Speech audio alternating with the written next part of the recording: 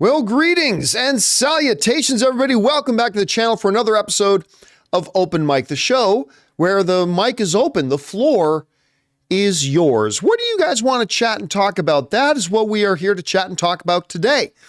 It's a kind of a more laid back, casual version of the John Campea Show, and we're so glad that you're joining us here. Now, listen, if you've got a topic or question that you'd like to have read on Open Mic, there's two different ways you can get one on.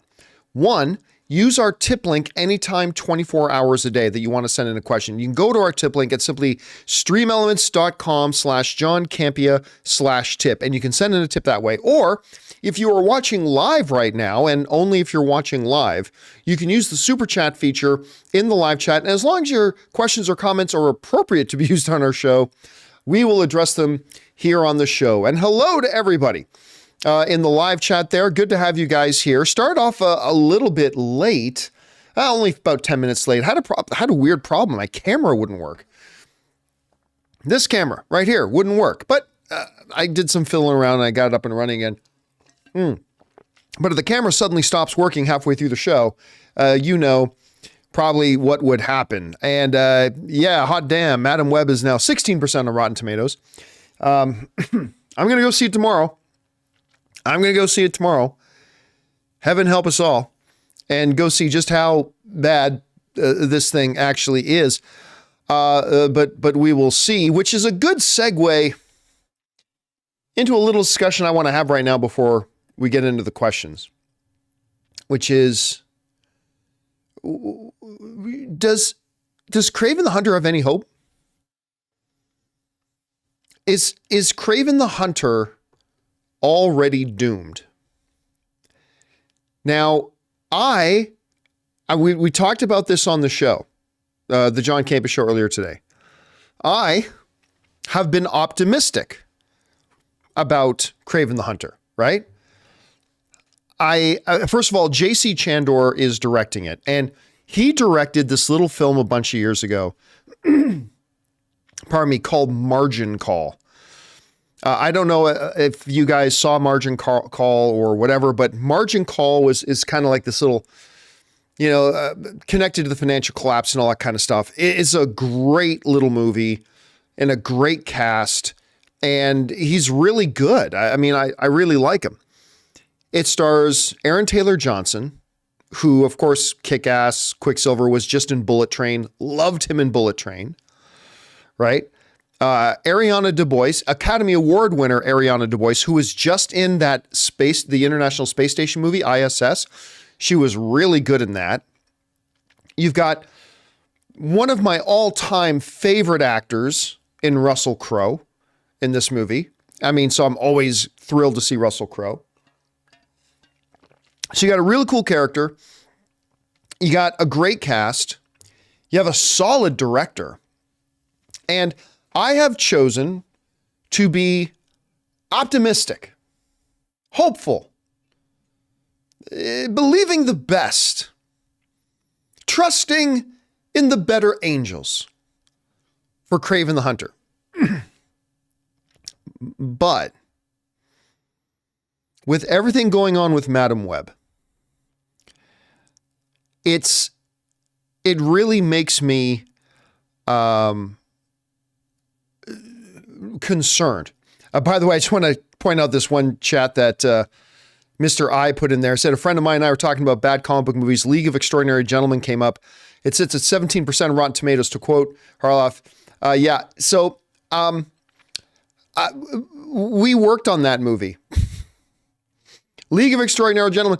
A long time ago, I used to work with a visual effects company called Satellite Studios.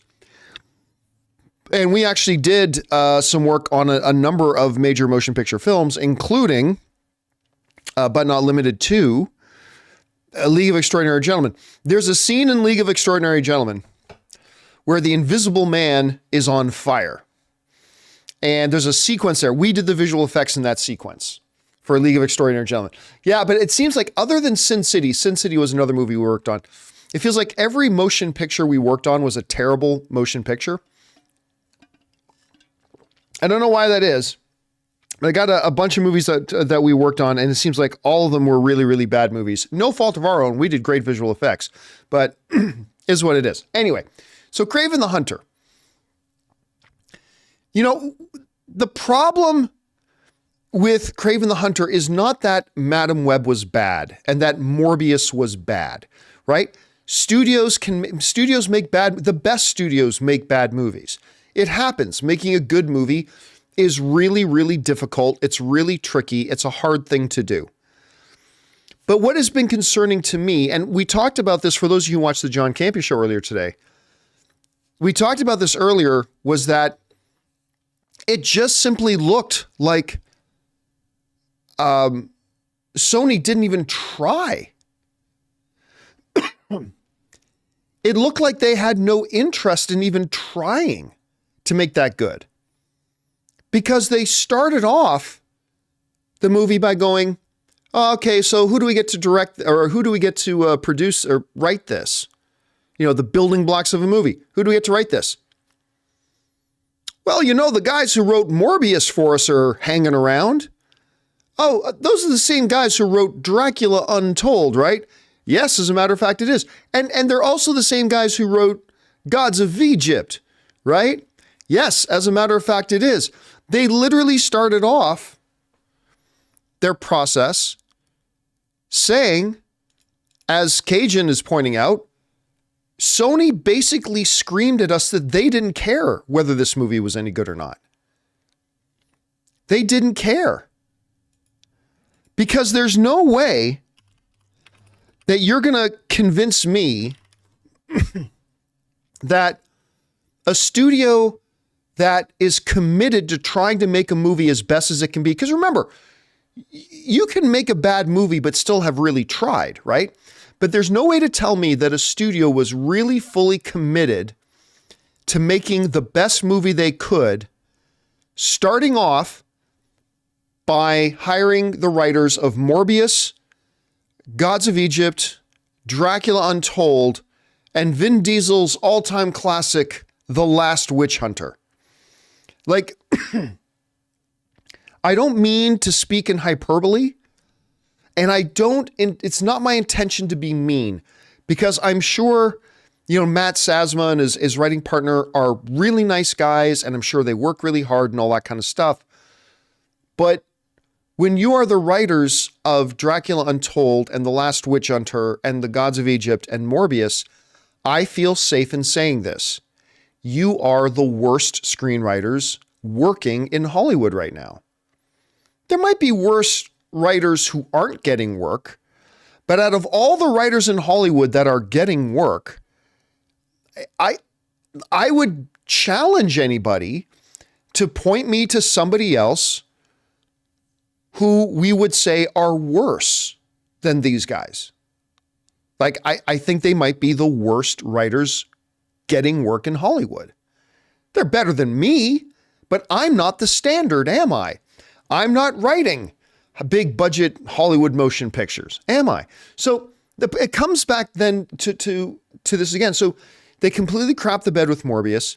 They completely showed that they didn't even care about making a good movie with Madam Web.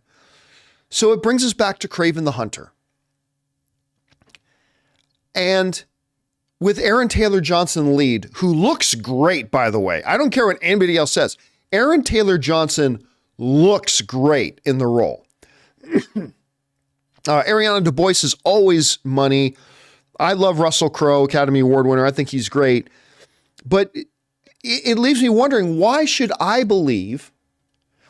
you believe that there's any chance of Kraven the Hunter being good? Not because Sony made a couple of bad movies, but because they made a couple of bad movies that it was clear they weren't even trying to make a good movie. And there's a big difference, right? I'm not questioning whether Kraven the Hunter is already doomed because Sony's made a couple of bad movies. Everybody makes bad movies from now and again. I'm questioning whether Kraven the Hunter is doomed because Sony clearly didn't even try to make decent films with their last couple of Spider-Man-less Spider-Verse movies. They haven't even tried. Now, you could make the argument to me by saying, and this would be legitimate, you could make the argument to me by saying, but John, you pointed out, they went out, got more, they've got a couple of Academy Award winners in this, okay? They went out and got I'm not going to say one of the great directors, but they went out and got a solid director in JC Chandor. Yes, they did. So maybe that's maybe that should be considered a sign that they are indeed putting more effort into Kraven the Hunter than they did in Madam Web. And maybe I'm open to that consideration. I'm open to considering that. Now, that Captain Winnie says Sony needs a Spider-Man. No, they don't. Listen to me. Guys, I've had so many people writing to me, you know what, they need to bring Spider-Man into it. That's nonsense.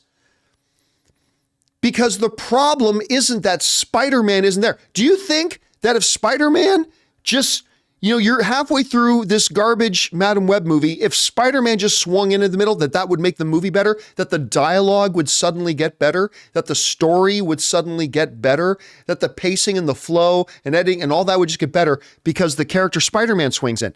Spider-Man coming into the Sony movies won't help one drip of urine. Not one precious drip of urine would it help unless you're writing good scripts, unless you're creating compelling characters, unless you're putting effort into making a good movie. If Sony's going to put in the same effort that they put into Madam Web, then it doesn't matter if Spider-Man's in the next movie. It won't make a lick of difference. It's just going to be a bad movie with Spider-Man. The Fantastic Four movies had one of the greatest comic book villains in history, Dr. Doom, in all of them. Did that help the Fantastic Four movies? Not a bit. Not a bit. And as I reminded everybody this morning on the John Campea Show when we were talking about it, I haven't seen Madam Web yet. But I don't need to have seen Madam Web to know that Sony for weeks has been telling us that they didn't think the movie was very good. Sony has shown no faith in this movie. None. They started by hiring the worst writers they could. They couldn't even be bothered to make a second trailer for the movie. They held the review embargo until the day before the movie came out. Sony has been screaming at us for weeks and months that, hey, our movie sucks. We just didn't want to listen. So it's no surprise that when the first reactions came out from the premiere, they were all garbage. And it's no surprise that when the reviews got lifted this morning, it was at 17%. Now it's at 16%. See, again, I don't get worked up over the fact that Madam Web is a bad movie because I haven't seen it and everybody makes bad movies. I get worked up because Sony showed that they didn't even give a crap about it and couldn't be bothered to put in effort. And so it's inevitable that we then look at Kraven the Hunter and go, okay, why should we have belief in this? I've been optimistic. You guys know, you can testify that I, for months, have been choosing to be optimistic about Kraven the Hunter, right? I'm looking forward to it. I want to see it, but pardon me, guys. But Sony is simply giving me no reason to. And as I always say, hey, studios, if you don't believe in your movies, why should I? And I think that's where we're kind of at right now, right? That's where we're kind of at. I don't know firsthand that Madam Web is bad. All I know is that Sony has been acting like it's bad. Sony has acted like they have no faith in the movie. And Sony has acted like they didn't put any effort into the film at all. That I know for a fact. And I also now know that everybody else who is seeing it is saying it's total garbage. So I'm going to go still see it for myself tomorrow. I'm going to see it for myself tomorrow. But we'll see. We'll see. But I don't have a lot of hope. All right, guys. Listen, with that down, I'm sure you guys have some thoughts, theories, and opinions and observations about this. We'll get to those in a bit. Again, oh my gosh, there's more super chats than I thought. I'm going to leave the super chats open for another 10, 15 minutes. So if you've got a thought, theory, opinion, go ahead and throw it in, but I'll let you know when I'm about to turn them off. All right, let's get over to the tip link questions that you guys have sent in. We're going to start things off here with Simon Miller, who writes, did you watch the WrestleMania press/media event yet? No, I have not. Talk about a wild ending. People can't decide if the whole thing was a work from the beginning or did they pivot? Okay. I haven't seen it myself. All right. And for those of you wondering, I always got to do this. You know, I've had a cough for a couple of months now. I'm going to probably have it for another month, they say. And I have to have Halls. I have to be using Halls or else I start choking and coughing a lot. So forgive me that I've got this candy thing in my mouth. Anyway. So I did not see the press conference yet. But I was in a group of people talking about it. And from what I am hearing, it was a work the whole time. From what I'm hearing, it was a work the whole time. So I'm not surprised to hear you say that, Simon. So yeah, they did not pivot. It was a work the whole time, which if it was indeed a work the whole time, it's brilliant. It's brilliant because look, if you go back to, the old Attitude Era days for WWE, right? Vince McMahon, whose name is poison right now, but this is history. So let's go back to the Attitude Era. Vince McMahon knew that no heel in wrestling will get the biggest heat than the boss, right? Or the company. There is no more relatable villain that people can relate to as a villain than your boss, than the company. And so back in the Attitude Era, Vince McMahon and Stone Cold Steve Austin brilliantly positioned themselves as the heel, as the bad guy to Steve Austin's hero. And it made for some of the most memorable and successful WWE programming they've ever done. Who will ever forget Stone Cold Steve Austin sneaking into Vince McMahon's hospital room and then beating him over the head with a metal pea pan? Right? I mean, it was just huge. And what most insiders right now are believing is that they leveraged that again. They set this whole thing up to make themselves the bad guy and then apparently do a pivot back to that. Look, and if that's what they did, it was brilliant. If that's what they did, oh yeah, King Daddy Goat. I remember that one, the beer truck.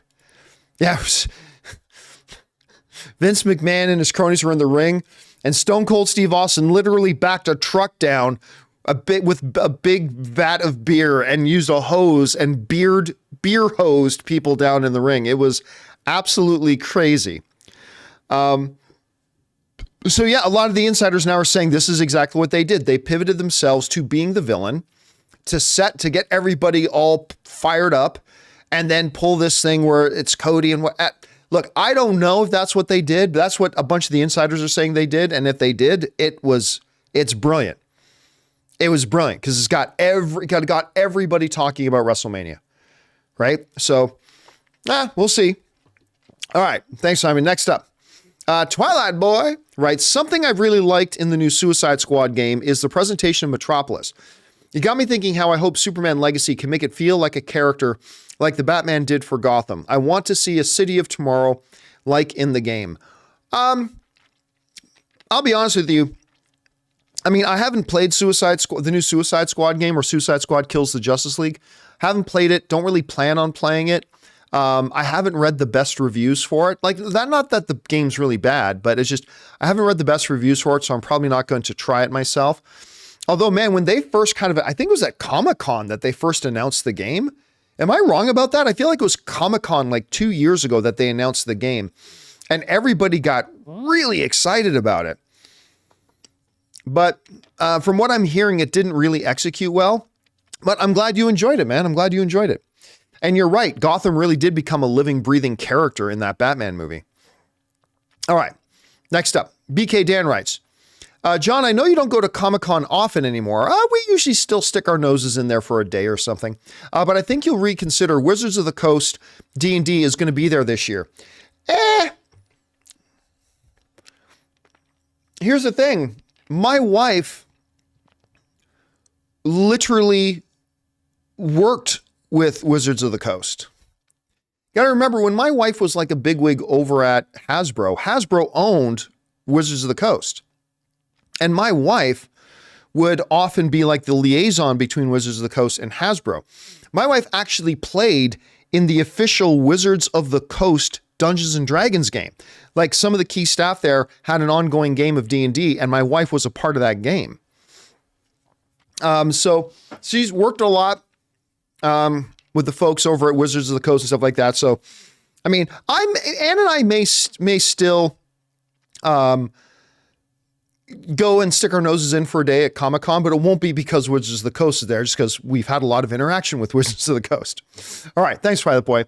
Next up, that was BK Dan. Next up, BK Dan also says, John, regarding the Tellaro van, I'm not going to lie, it looks too familiar to one of the shuttles from the V mini-series where Mark Singer and a young Robert Englund, before he became Freddy from 83. Dude, that mini-series freaked me the hell out when I was a kid. Michael Ironside was in that too. Because the first time that the visitors took off their skin and you saw that they were lizard people, and the first time you got the glimpses when one of the visitors grabbed a mouse and when nobody was looking, they ate the mouse. It's like, like that thing freaked me the hell out. And you're right. The van does look a little bit like one of the V's shuttles. All right. Full Boil writes, hey, John, like you, I also love Man of Steel, but it felt a little strange that Zod and his soldiers couldn't easily defeat Superman. Well, that's because they hadn't been absorbing the yellow sun for nearly as long as Kal-El had. Anyway, Superman wasn't trained to fight, right? Correct. He was a farm boy. It felt like Dom beating Hobbs in Fast 5. Am I missing something? All hail Cavill. Yeah, the main thing we're missing is that Superman had been on Earth a lot longer. You remember, it wasn't until about halfway through his fight with Zod that Zod's senses really started kicking in. Because you remember, Clark was a boy. He always had powers, but it was at a certain point when he was a young boy, they did that scene where all of his senses started overloading and he ran away into the closet because that's when everything really started to kick in.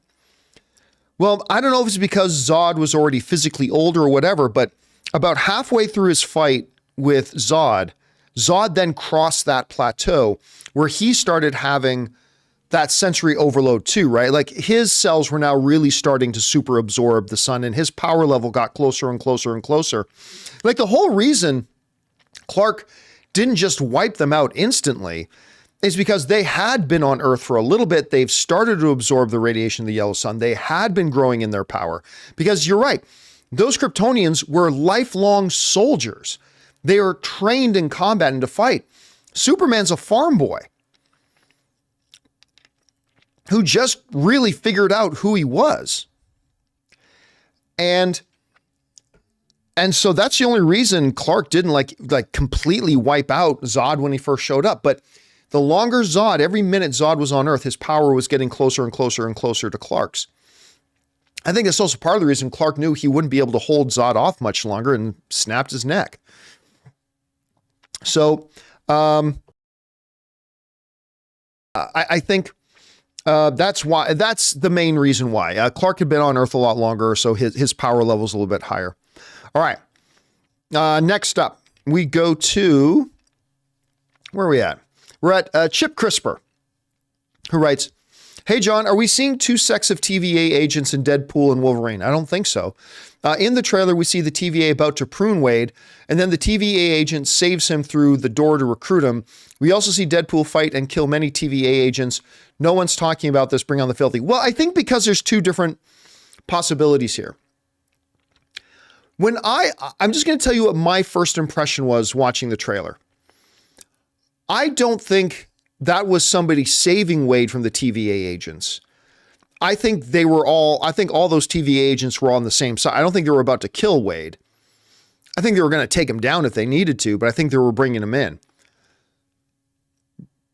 But then why do we see Wade later in the trailer fighting TVA agents? Right? Because there could be a couple of different valid theories here. In many movies, we see a good guy working with the cops, but then the good guy gets framed for something and now he's got to fight the cops to get out of it, right? Something as simple as that. I mean, we've seen that in a million TV shows and movies, right? So that could be happening there. It could be that the TVA comes under somebody else's control and starts sending people after Deadpool, even though he had been working with them up to that point. There's a lot of different possibilities there narratively. So it's going to be interesting to see if the trailer gives us any more indication as we move on. All right. Next up, we've got Mike McHale writes, "Hey, John, I took my 4-year-old autistic son to see Turning Red. Oh, that's nice. At a sensory screening in theater on Saturday. They had the lights up and the volume lowered for any kids with sensory issues. That's really smart. He loved it. I recommend it to any parents with special needs kids." You know, I love it because movie theaters, they're there 24 hours a day. They're not open 24 hours a day, but they're there 24 hours a day. And I love the fact that a lot of theaters will try to do things to be more accessible. I love the fact that they do screenings for parents.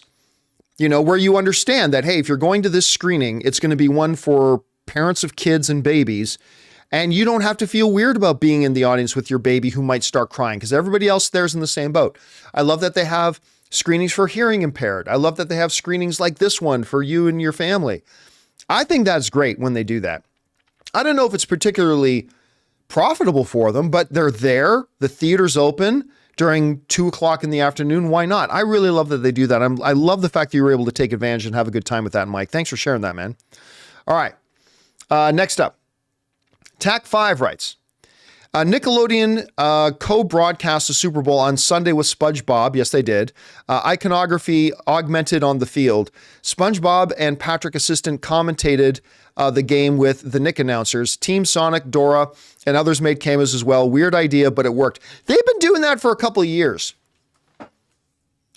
They've been doing this even during, Ann and I were at a Los Angeles Rams football game that Nickelodeon was doing a co-broadcast of, and they gave us out these green slime helmets. Any of you who follow me on social media, I put up some pictures of this. This was like a year and a half ago, I guess. But it's not, I tried watching it once for like 5 minutes and I couldn't handle it. But for kids who are fans of that and you're trying to get kids into football and stuff like that, it's actually a pretty fun idea. It's not a bad idea to do that. So it was kind of interesting that they took that approach. All right. Next up, we got Just J Newbie writes, that Secret Wars issue in the Deadpool trailer features Doctor Doom on the cover. Yes, that particular issue of Secret Wars does have Doctor Doom on the cover. That doesn't necessarily mean anything, though.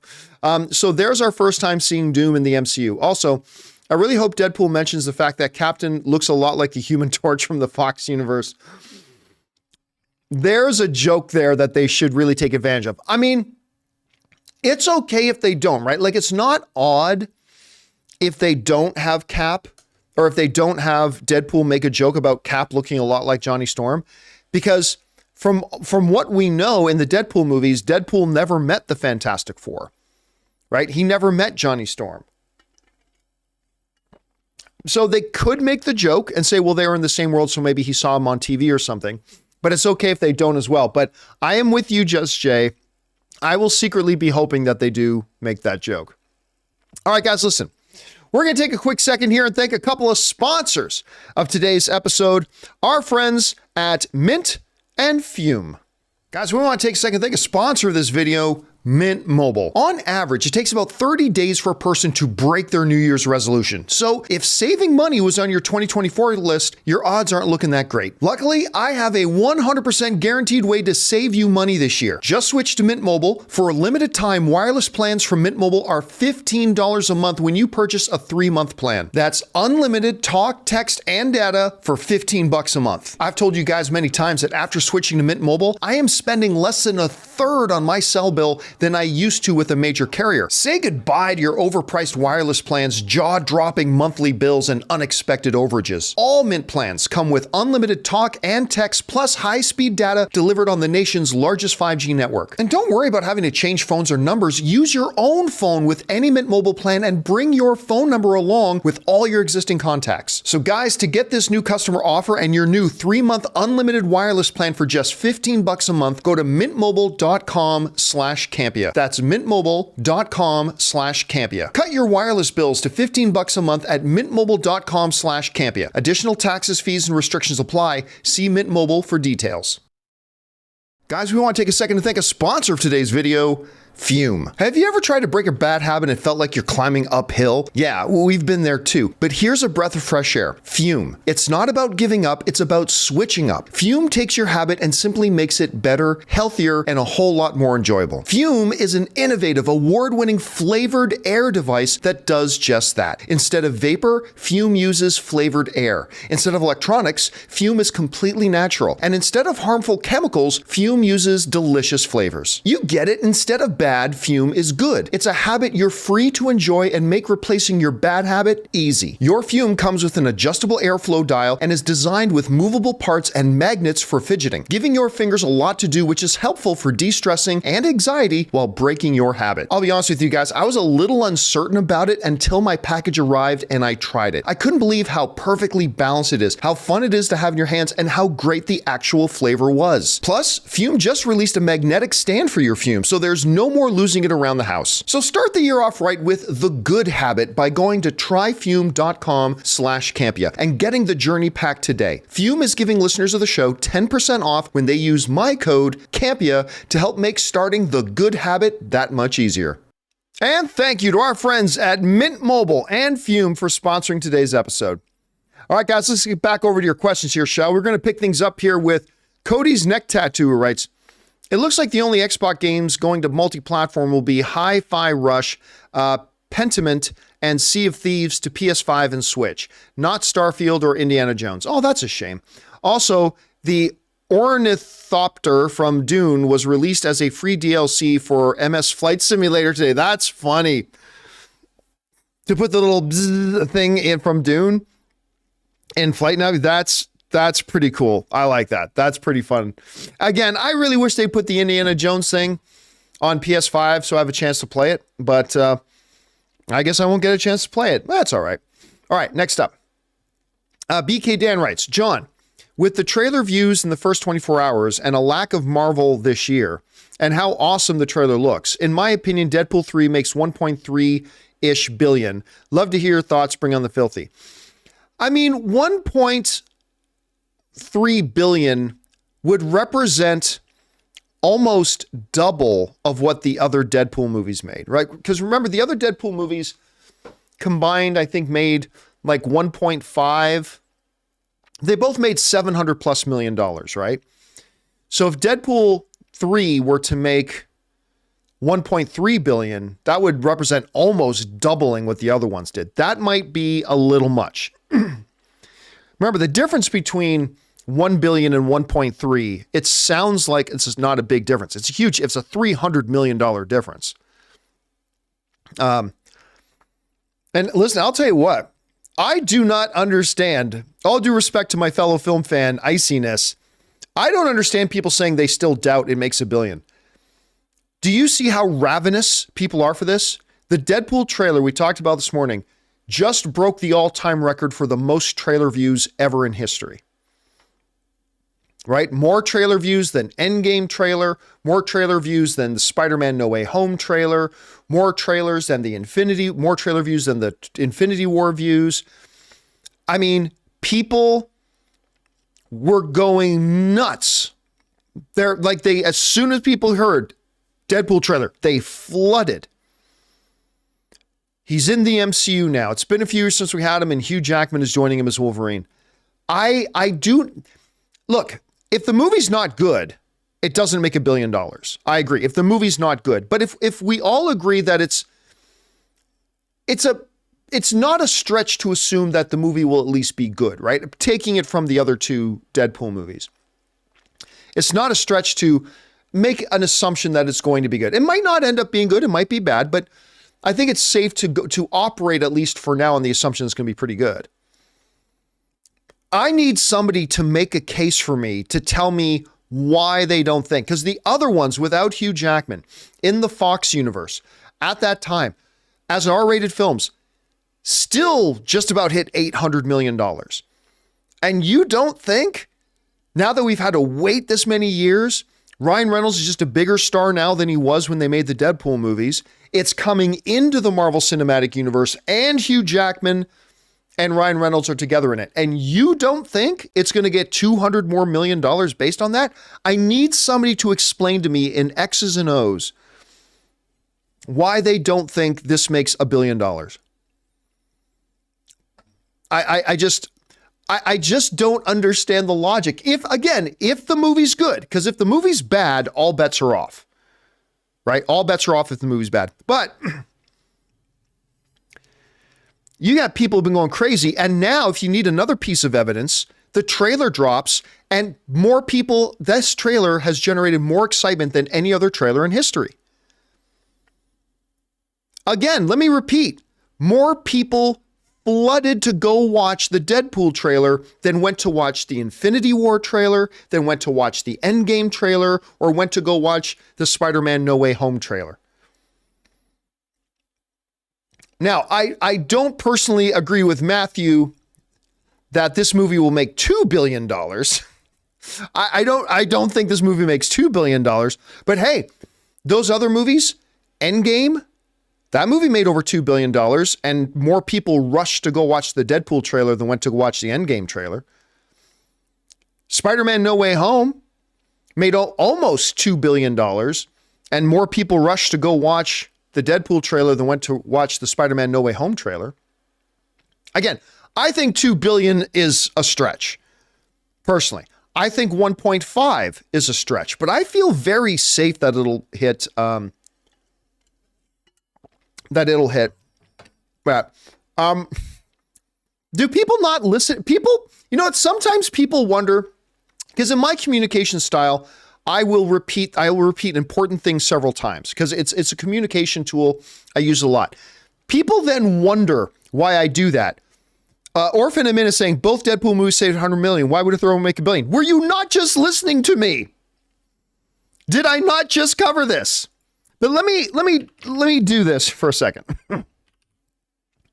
Deadpool box office. So first of all, the first Deadpool did not make 700 million. It made 782 million. So it made closer to 800 million. And really the second one was very close to that was. So basically both these movies came a lot closer to 800 million than 700 million. So again, you're telling me that movies that weren't even in the MCU both just about got to $800 million.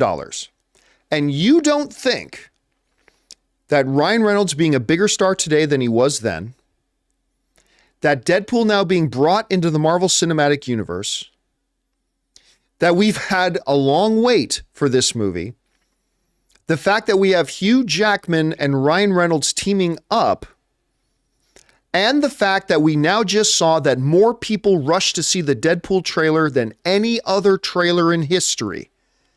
And you don't think that equals $200 more million? Okay. If you don't think all of that stuff added up equals $200 more million, I don't know what to tell you. If that's what you think, that's what you think. And you're totally entitled to that. And sure, and if the movie's bad, it definitely won't make $1 billion. But you're going to have to explain to me how it doesn't hit $1 billion. You got to tell me, aside from the possibility of the movie being bad, which of course I acknowledge will keep it from making $1 billion, 100% I agree with you. But you got to explain to me how it doesn't. You just got to explain to me how it doesn't make $1 billion. With all those factors and the fact that you just saw proof of how excited people are for Deadpool 3 with it breaking the trailer records. You just saw proof. And you don't think that's going to equal 200 more million to get to that billion mark? All right. You think what you think. And you're entitled to it, and your opinion is no less valid than mine.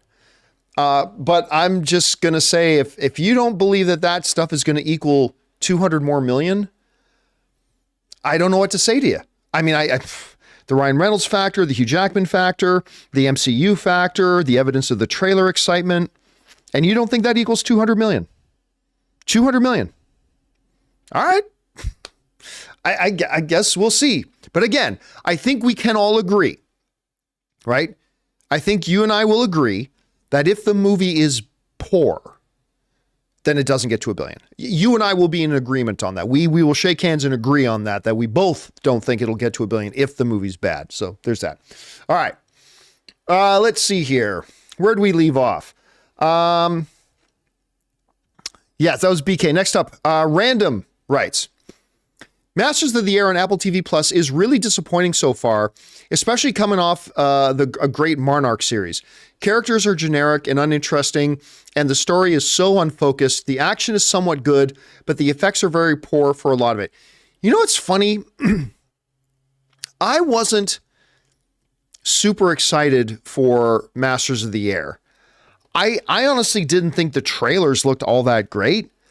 But a lot of people I know, man, were super psyched for that show. Especially since it's like the spiritual descendant of like Band of Brothers and stuff like that, right? I didn't see, but whatever. A lot of people were really, really excited about it, and Apple TV has been crushing it. But you're not the first person, Random, to tell me that they aren't loving Masters of the Air. I know a few people who are still enjoying it, and I haven't started watching it yet myself. But, yeah, I've talked to a few people that have not been loving that show, which is really weird. By the way, can I go off on a tangent for a second? Let me see if I can find this. Okay, yeah, let me see if I can find this, because this is great. So last night, Ann and I we're getting ready. We're at that point in the evening where we're going to go to bed soon, but we're going to watch another 15, 20 minutes of television. You know what I'm talking about, right? You guys hit that point in the evening, right? We all do. We hit that point in the evening. So I jump onto HBO Max and I go, oh yeah, I forgot they got an HGTV section. We just jump in there. How did I not know this show existed?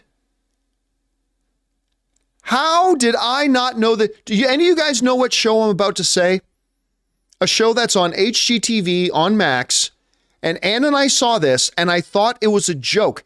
It looked like it would be a Saturday Night Live sketch. Like a show that would be a Saturday Night Live sketch. But it's a real show. Do any of you guys in the live chat have any guess as to the show I'm about to mention? Nope. It's not Break Time. Stavros, is that one of the shows there? Anybody else have any guesses what show on HGTV I'm about to mention? No more guesses? All right. We're just saying nope, no more guesses. Okay, here it is. Lil Jon wants to do what? You know Lil Jon, right? Turn down for what? Yeah. Lil Jon. Lil Jon has his own home renovation show. Tell me that this does not look like it's a Saturday Night Live sketch. Like Lil Jon is the musical guest on Saturday Night Live, so they do a sketch of what if Lil Jon had his own home renovation show? And Ann and I see this on the screen, and we're like, we have to watch this, right? Right? Like we have to watch this. So Ann and I pop it on TV. And I'll tell you what. What? I'll tell you what. It's really good. It's really good. Apparently, in Atlanta, Lil Jon and this designer actually became business partners. And what happens is they go into a house. Lil Jon is the visionary. Like he goes, is this, I see this, and this, and this is it. Then the designer actually designs it all. And then they have a contractor that then does the building. But you'd think this is a joke, right? Like Lil Jon is just putting up the money for this. Like he doesn't really have any artistic eye. But I am telling you what, they made, like the very first episode, they take this like middle-aged white couple's basement that they want to use for entertaining. And he turns this drab basement into this New York nightclub kind of feel thing. And it was awesome. Like, it was really good. Oh, I see. I'm not the only person who watched it. It was surprisingly good. So like all day, Ann and I are like texting back and forth to each other. We got to watch another, like after Dune, because we're going to go see Dune again tonight. After Dune, we're going to come home and watch another episode of Lil Jon wants to do what? Turn down for what? Like it looks like a joke, but it's really funny. It's fun. They do amazing things with these people's houses, and it's really fun to watch. So yeah, go check it out. It's on Max. Go on to Max, go to the HGTV section, look for Lil Jon wants to do what? I didn't even know this show existed. And here we are. All right. Let's keep going here. Next up, oh, that was random. Okay, now we're going to go over to the super chats that people have been sending in. First up, we got Diggy Slick, who writes, I think it's crazy that Sterling K. Brown from American Fiction got an Oscar nom over Charles Melton. Sterling didn't do anything special. Oh, you're just dead wrong about that. You are just 100% wrong about that. Yeah, he was pretty damn special in that movie. Anyway, Charles stole the show. Listen, I thought, because going into November, is that the name of the movie, November, December? Or May, December? What's it called again? It's 2 months. May, December? Let's call it May, December. I can't remember the exact name of it, but it's like the name of 2 months. When I heard about that movie and I saw that Charles was in it, I'm like, wait a minute, the dude from Riverdale? Really? The dude, May, December. Thank you. Thank you. Thank you guys. Appreciate that. So I remember thinking, really, the guy from Riverdale acting alongside 2 Academy Award winners. Julianne Moore has an Academy Award, right? Pretty sure she does. At any rate. So you got a couple of Academy Award winners and he's acting in there like the dude from Riverdale. And listen, he's very good in it. I'm not taking anything away. He's very good in it. But I'll tell you what, I was a little bit late to the May, December party. I just heard a lot. I love all the people involved with it. And I heard everybody raved about how great it was. And all film is subjective, right? It hits us all in different ways. But I was expecting to love it. And I thought it was okay. No. I take that back. It was better than okay. It was pretty good. May, December was pretty good. But I didn't think it was great. And I thought Charles was very good in it, but I was personally, and again, it's all subjective. Performances hit us all in different ways too, but I have no issue that Charles didn't get it. Now, was I surprised that Sterling K. Brown got a nomination? Yeah, but only because I didn't hear anybody talking about him potentially getting a nomination. I thought he was very good in American Fiction. I have no problem. Like, he's not going to win, but I have zero problem that Charles didn't get a nomination. And I have zero problems that Sterling K. Brown did. I mean, he's not going to win. Neither of them are going to win, but that's just how I kind of saw it myself. But anyway, thanks for sharing your thoughts on that, Diggy. Appreciate it, man. All right, next up. Damaris Love writes, sends in a $20 super chat. Thank you, Damaris. Appreciate that, man. Writes, hey, John, first hope you're feeling better. I feel good. Like, here's the funny thing about this damn thing. Like, I got super, super, super sick for about a week. And then I felt perfectly fine. It's just that I've got this chest, inflammation stuff that they warned me would probably last for a couple of months. So I feel good. I feel perfectly fine. It's just I got this coughing and hacking and wheezing nonsense going on that I can't wait to get rid of. Anyway, my friend asked me if they will reset certain storylines in Deadpool 3 and was worried it would do more harm than good. I told him it depends on what Deadpool considers correcting. I still don't think they're going to do anything major in Deadpool 3. Major in terms of resetting significant MCU storylines. I think a couple of things may change. I think a couple of things may change in it.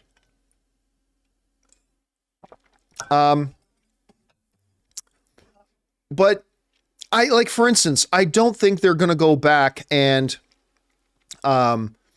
Deadpool stops Steve Rogers from going into the ice in Captain America, the First Avenger. I don't think he goes and kills Thanos before Thanos starts collecting Infinity Stones. I don't think that he goes back and stops Dr. Banner from getting hit with gamma radiation to turn him into the Hulk. You know, so I could see them doing a couple little things, maybe doing something where Quicksilver is still alive or something like that, like some more minor things, but I don't see them doing, and I could be wrong. I don't see them doing anything terribly important to the overall MCU in it. I just don't. But I mean, hey, anything's possible, man. Anything is possible. All right. Next up, we got Miguel Zayn, who writes, "Hey, John, I have a feeling that in Deadpool 3, the emotional punch of the story is that Deadpool has to choose between saving an entire Marvel universe or saving his family for who he just saved. Thoughts?" Oh my God, that would be deep. Oh, that might be too heavy for a Deadpool movie. That might be too heavy for a Deadpool movie. Like, what if the TVA at or near the end, they realized to save that entire universe, you got to sacrifice these people who love you and that you love. And then do you pull out the Mr. Spock logic? The needs of the many outweigh the needs of the few or the one. Oh my God, that would be heavy. I don't know, man. I mean, that sounds like a great story hook. I think that sounds like a wonderful story hook, but it might be a little bit too heavy. Maybe that's why he turns on the TVA. Maybe. Oh God. No, I'm just depressed thinking about that, man. I mean, it could be really dramatically cool, but would it be too heavy? That's a really great theory, Miguel. All right. Bobby Jackson writes, if the live action He-Man movie actually happens, and I don't think it's ever going to happen. I hope it does, though. I'm more confident seeing it now, having Travis Knight attached to direct it. I love his Bumblebee. Listen, Travis Knight, where the hell has Travis Knight been? By the way, let me pull him up on IMDb here for a second. Because Travis Knight, he directs Kubo and the Two Strings, which everybody acknowledges is wonderful, right? Absolutely wonderful. And then for his second film, he directs Bumblebee, which to this day is the best Transformers movie. Bumblebee is the best Transformers movie. He took a franchise that was dead and he infused heart and he infused humanity and he infused life back into it. He made it really enjoyable. And then after he directs Bumblebee in 2018, he doesn't do anything else. He disappears. Like for the last 5-6 years, he's just been gone. Now, there's talk of him doing a $6 billion man film, which could be interesting. That used to be a film that Jim Carrey was attached to many years ago. Jim Carrey was going to do a $6 billion man film many years ago. But if he ends up doing a Masters of the Universe film, I will get very interested. Let's just say that. I'll be very interested. Because I mean, he's only directed 2 films, but both of them, in my opinion, were bangers. So where the hell, how has this guy not gotten, like, just offered and thrown tons of directing jobs at him? I don't understand. By the way, side note, do you know who Travis Knight is? Anybody in the live chat know who his family is? Who his daddy is? So Travis Knight, the director of Kubo and the Two Strings and the director of Bumblebee, his dad is the Nike guy, Phil Knight. the guy Ben Affleck played in Air.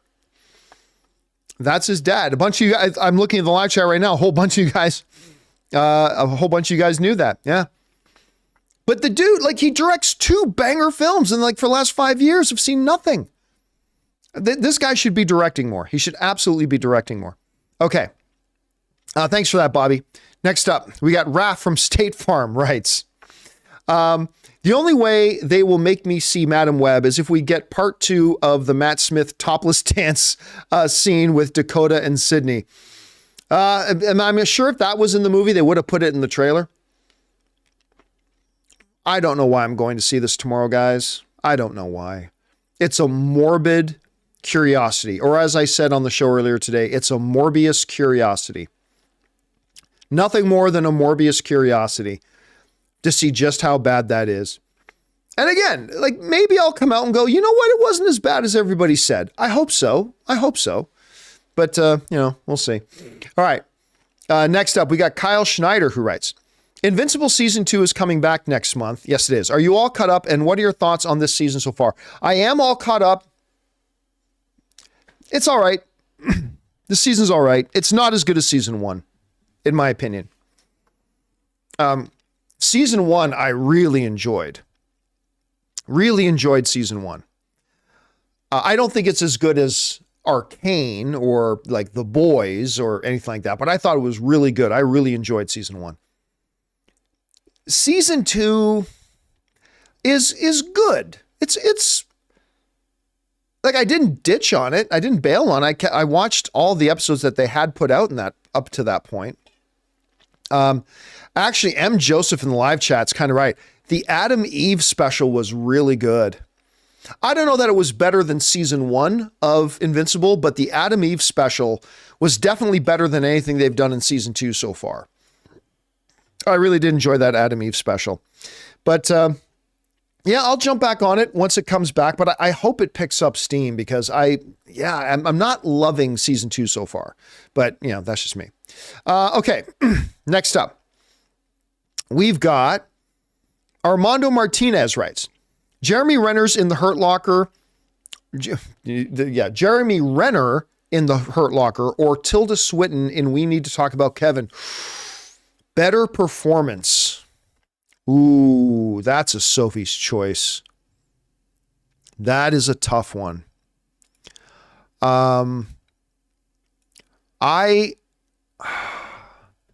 They're both great movies and they're both great performances.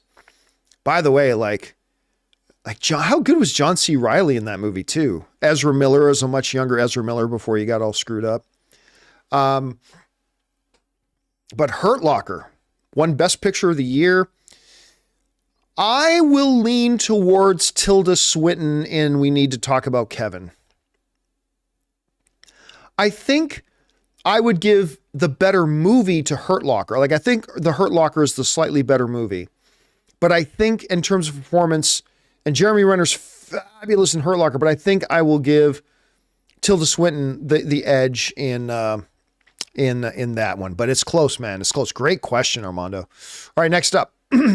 Susie Indie Music Fan writes, the critics were right. One Day on Netflix could be one of their best shows. Faithful to the book, you are instantly drawn into the actors who are brilliant.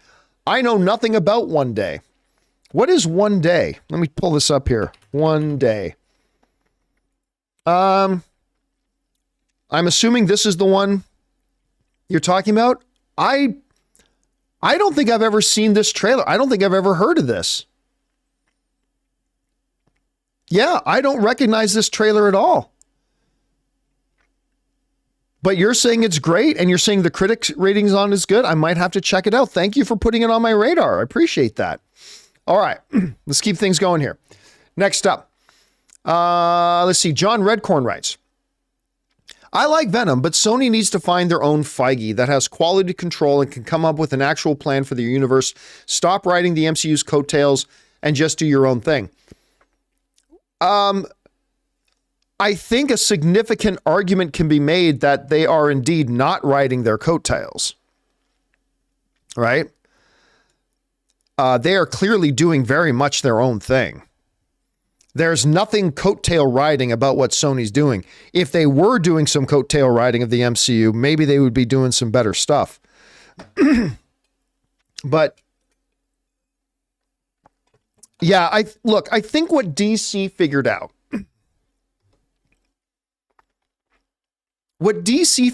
was doing things, and what Warner Brothers figured out too late, but was that doing things the way they were doing them was not working.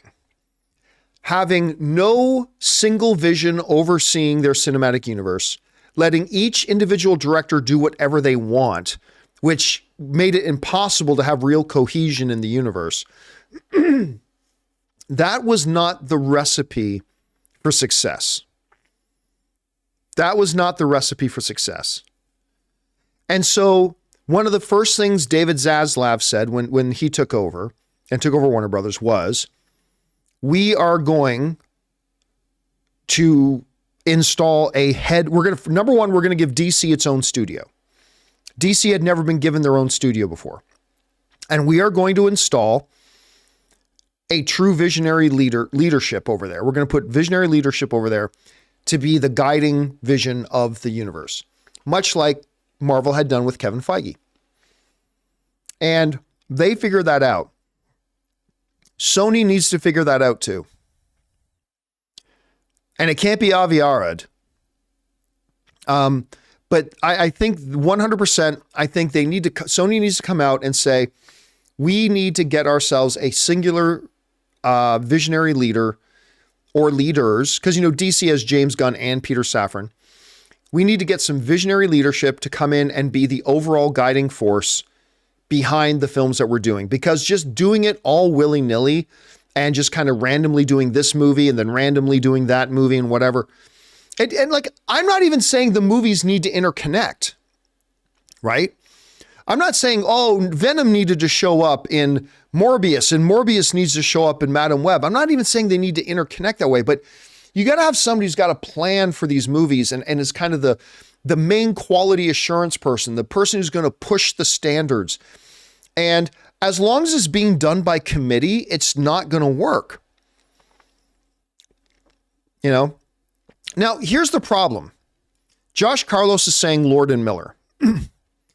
The problem is, and I love Lord and Miller, but they don't have a lot of experience doing live action, and most of these movies are going to be live action. So I don't know, but yeah, listen, I'll tell you what, if they announce tomorrow that Lord and Miller were going to be the creative oversight leaders of all things Spider-Verse for Sony live action and animation, I would be okay with that. I would be very, very, I'd be very okay with that. Canadian Spring said they need Kevin from She-Hulk. That's right. That'll solve all the problems, is bringing their own Kevin. But 100% they need to get their act together, and they're going to create a cinematic universe. You need somebody running that cinematic universe. Marvel has proven you need a leader at the helm. DC is going to prove you need visionary leadership at the helm. And Sony should probably do the same thing. I'm in agreement with you, 100%. All right, guys, listen. We still have some more questions to get through here, but before we do, we're going to take one more minute here and thank another sponsor of today's episode, our friends at Harry's. Guys, we want to take a second to thank a sponsor of today's video, Harry's. Guys, in order to start the John Campea Show, I had to leave my high-paying corporate job in order to set myself up to be happier and enjoy more personal success. Because sometimes to get what you want, you have to challenge the status quo and blaze your own trail. And that's exactly what the folks at Harry's did. You see, at Harry's, they saw customers getting ripped off by questionable products in the shaving industry and decided to do something better. Harry's decided to pave their own road by making beautifully designed razors for a fraction of the price of the other big brands. Exceptional products, honest prices. That's Harry's. I have fallen in love with Harry's, from their foaming shaving gel that feels just luxurious on the skin to their incredible razor that feels just as good in the hand as it does going over your skin. They've got rich, lathering, skin-softening body wash in scents like redwood, wildlands, and stone. You see, Harry's provides German-engineered blades made in their own factory that stay sharp longer. You can get a 5-blade razor, weighted handle, foaming shave gel, and a travel cover for just just $3 at harrys.com/Campea. Don't settle for the status quo. Blaze your own trail with Harry's. Get started with a $13 trial set for just $3 at harrys.com/Campea. That's harrys.com/Campea for a $3 trial set. And thank you to our friends at Harry's for sponsoring today's episode. All right, guys, let's get back over and finish off your questions here, shall we? We're going to pick things up with Raymond Verrata, who writes, Travis Knight will direct a He-Man film for Amazon. Is that something that just got announced?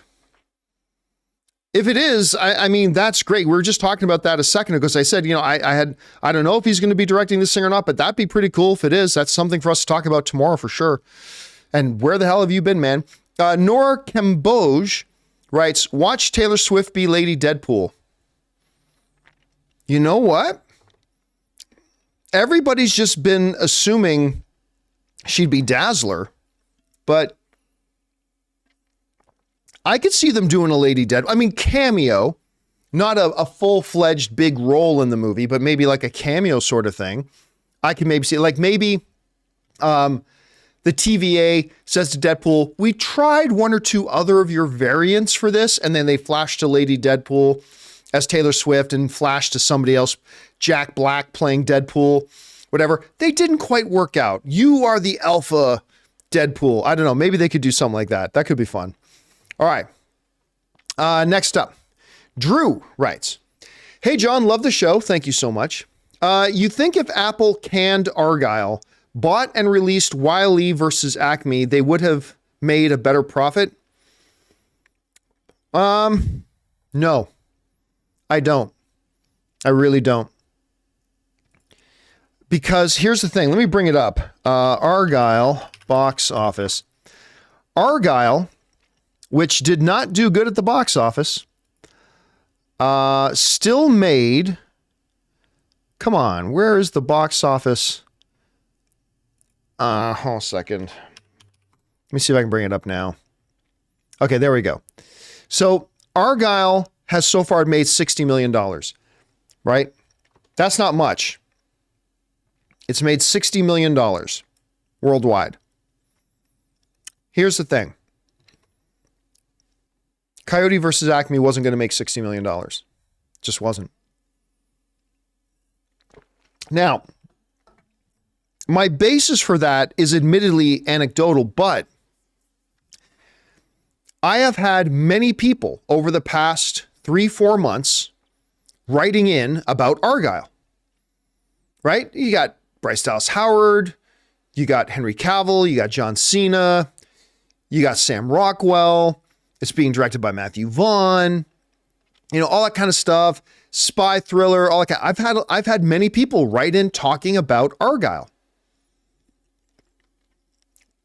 Up until they made the announcement that they were canceling Coyote versus Acme, do you know how many emails I have had over the past year from messages from viewers and fans or tip questions or Mint Mobile hotlines before they announced the cancellation? Do you know how many emails, messages, and phone messages I've gotten from people about Coyote versus Acme? A literal zero. None. Nobody's talked about it. There has been zero anticipation. There's been zero excitement. Nobody has talked about it. And so there is zero reason in the world to believe that Coyote versus Acme, that nobody was talking about, would have made more money than Argyle, as badly as Argyle has done. I don't think there's any true legitimate reason to believe, and we'll never know. I mean, we'll never know for sure, but there's no reason to believe that that movie would have made $60 million. Like none. So no, I don't think that if Apple had bought it, and that's why Apple didn't buy it. If Apple thought that Coyote versus Acme could have made $75 million, they would have paid Warner Brothers $75 million to take it. But Apple did not believe that the movie could make that much money, unfortunately. No studio believed it could. That's why none of them just offered to buy it for the price they were asking for it. So, yeah, it's unfortunate, though. Because I, for one, would like to see this movie. Count me as somebody who would like to see this Coyote versus Acme movie.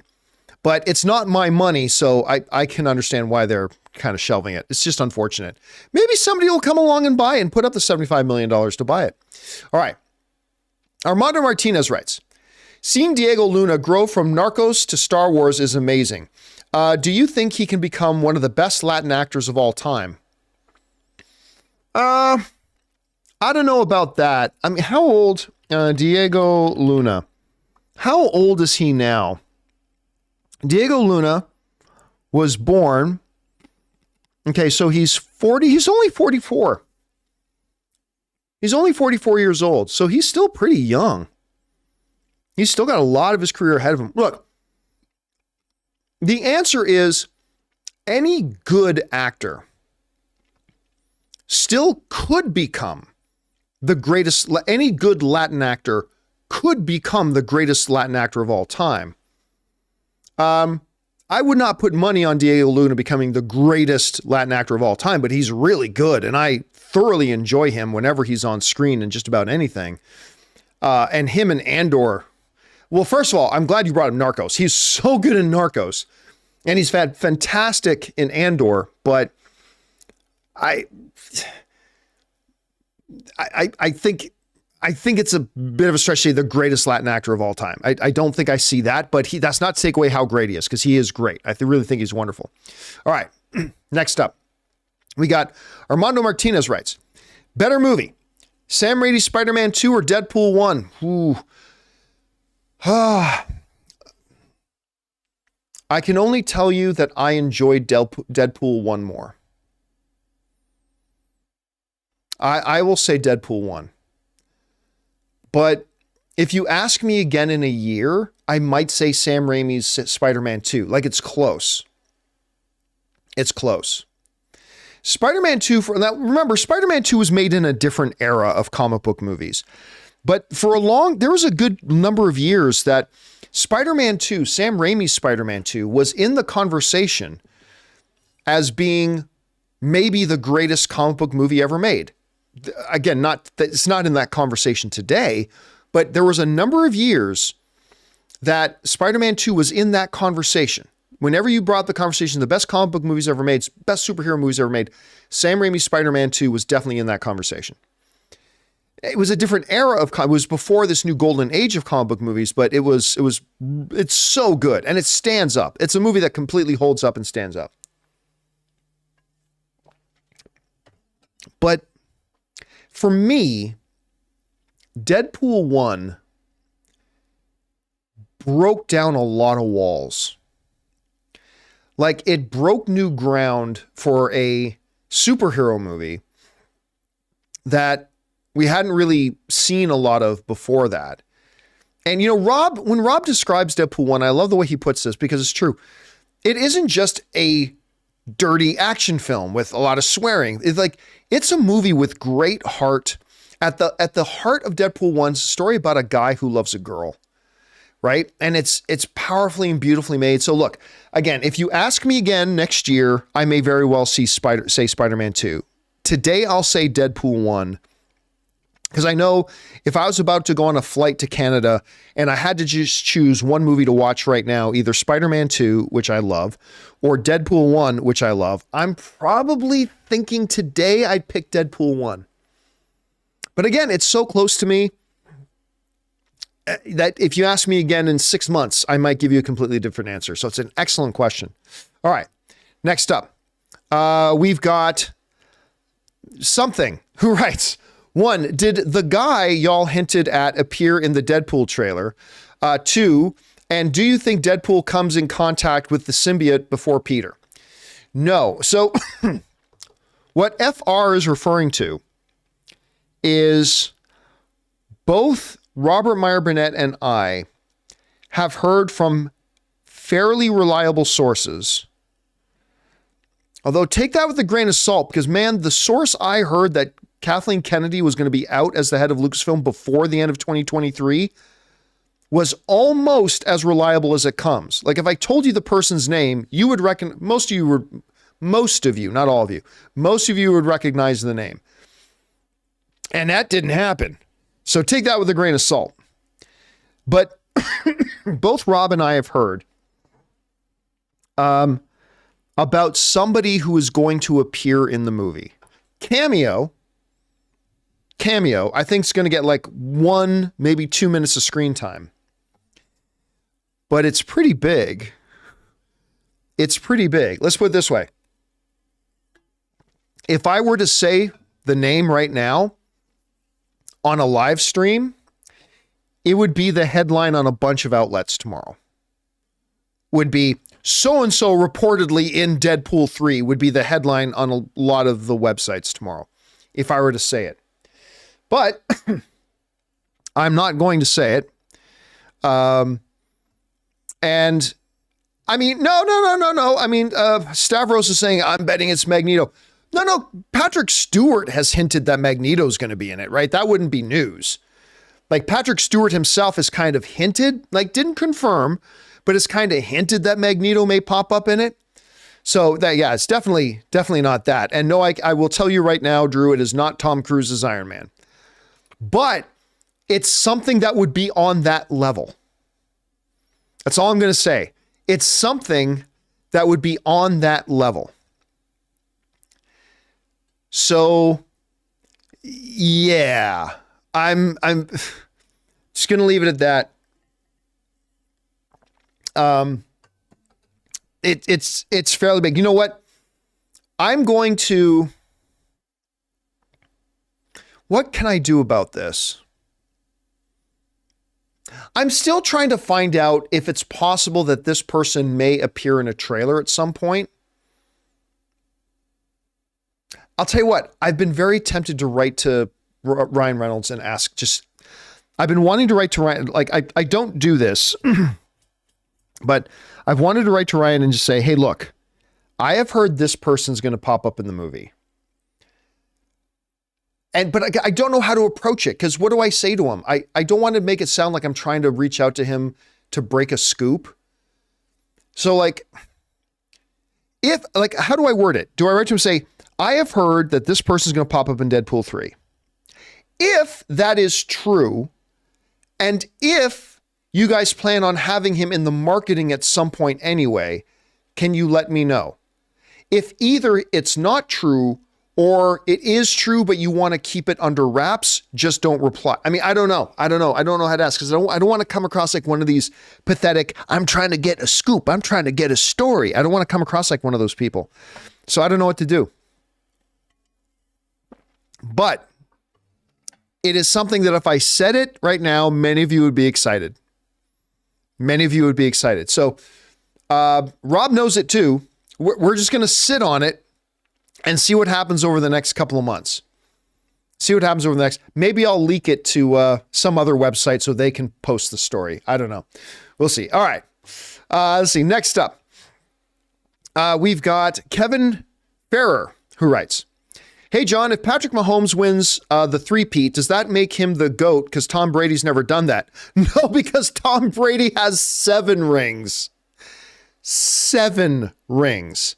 Let me repeat. Tom Brady has 7 rings. If Patrick Mahomes can win again next year, good for him. He'll still need 3 more Super Bowl titles to just tie what Tom Brady did. So no. Patrick Mahomes, hey, listen, I'm not saying Patrick Mahomes can't become the GOAT someday. Patrick Mahomes is the one NFL player today who actually has the potential to maybe someday pass Tom Brady. But he is years away from being able to do that. Like years, right? Because here's the thing.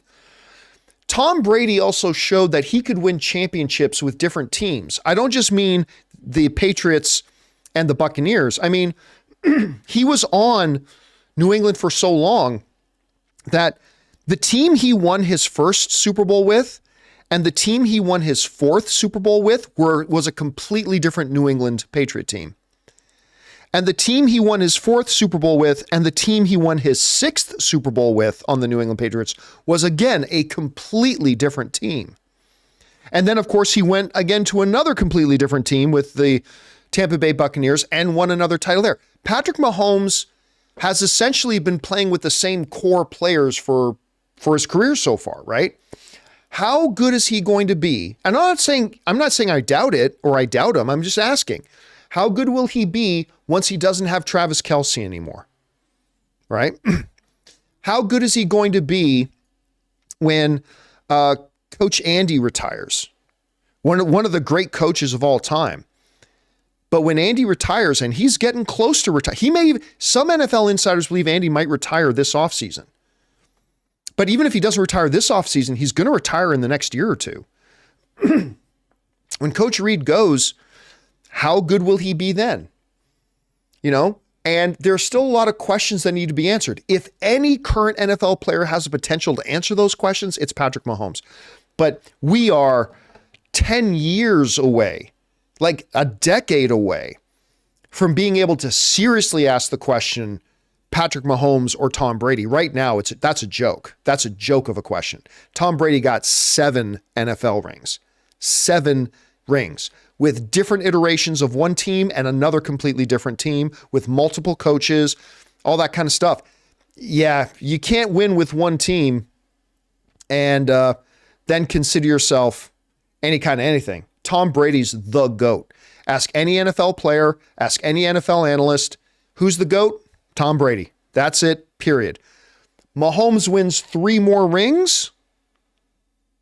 Then there's a conversation. Then there's a serious conversation to have, but it's not even remotely close right now. It's not even remotely close. Patrick Mahomes is not in the conversation yet. If he stays on this pace, he will be. You bet your ass he will be. But we're still a decade.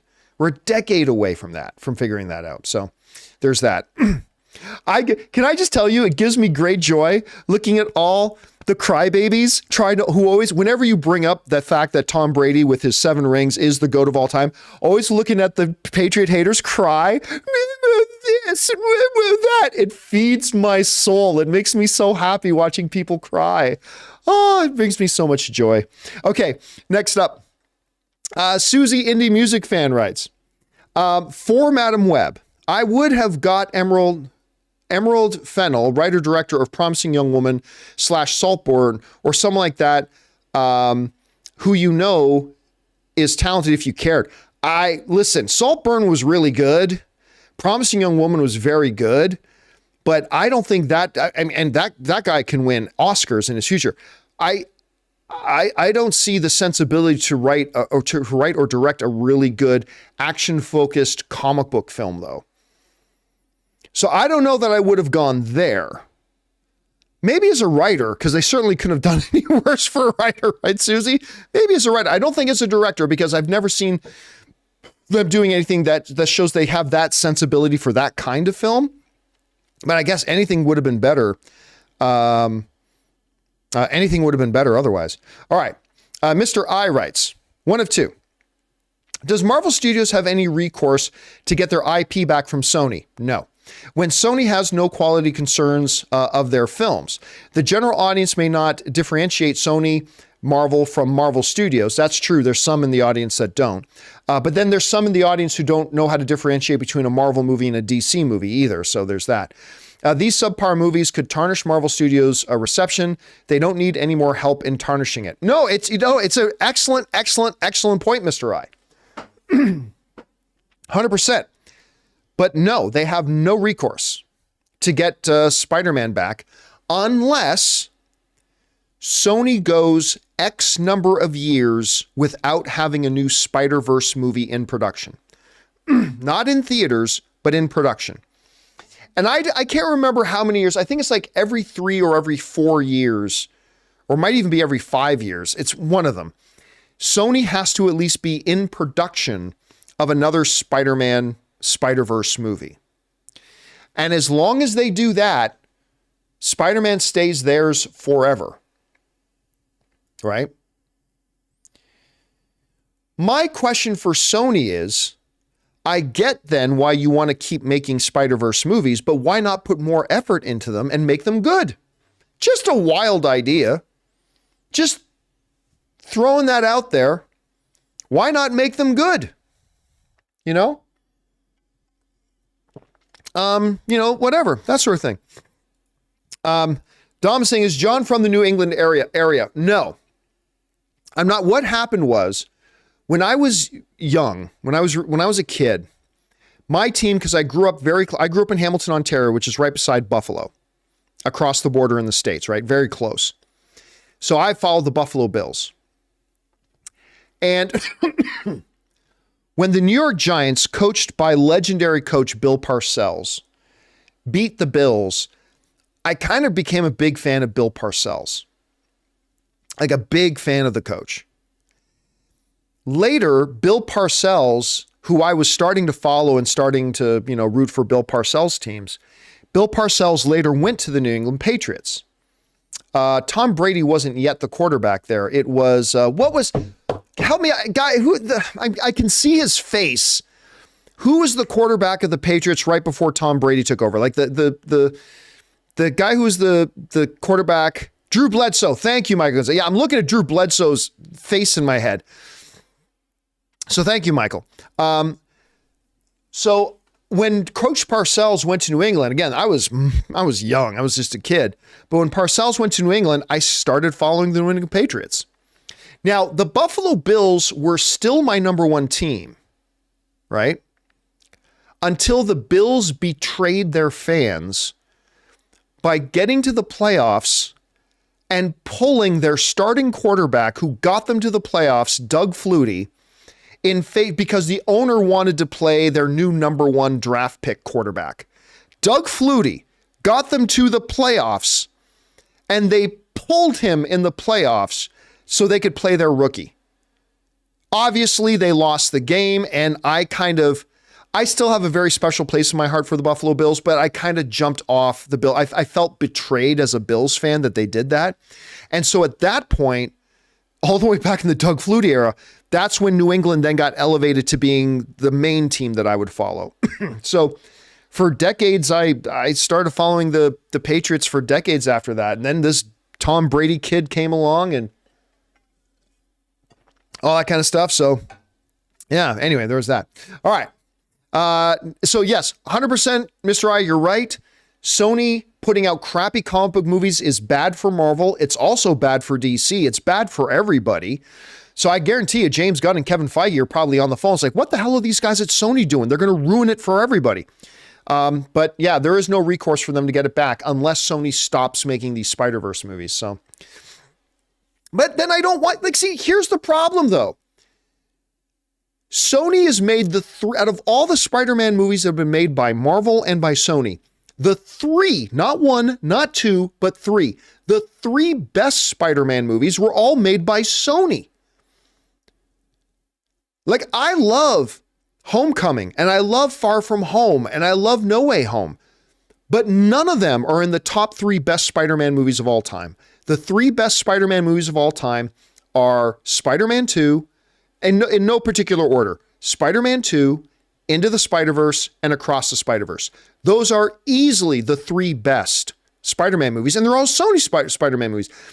So I don't want Sony to stop making Spider-Man movies, because I want them to keep putting out those Spider-Verse films, but I just want them to start giving a crap about the live action ones they're doing. Anyway, enough of my crying.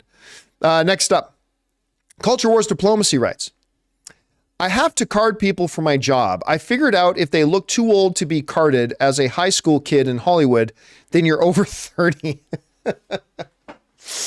Yeah. If you look too old in Hollywood, then you're probably well into your 30s.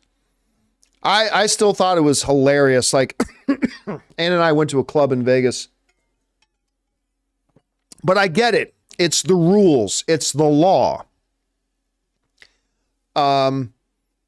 I got carded. But I mean, obviously the person carding me, Culture War, and I'm sure this happens to you a lot. Clearly they know I am well of age. Just like you probably know, many of the people are well of age, but it's their job. It's the rules. They got to card them and stuff like that.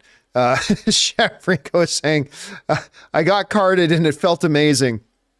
Yeah. And still gets carded all the time. And still gets carded all the time. And that's crazy, but she gets carded all the time. She always loves it that she gets carded. So I get that. All right. Let's see. We only got a couple more questions here. Next up, we've got Devin Lida, who writes, do you still have an X account? No. I'd like to follow if possible. Bring on the filthy. Nope. I deleted and got rid of my Twitter/X account. I had over 100,000 followers on Twitter too. I was on Twitter for a lot of years. And built it up, had over 100,000 followers on Twitter.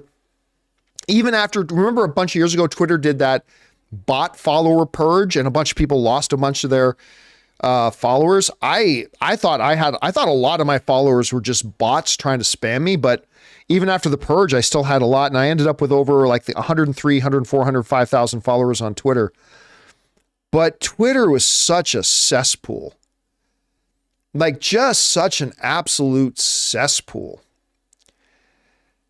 And it was just becoming worse.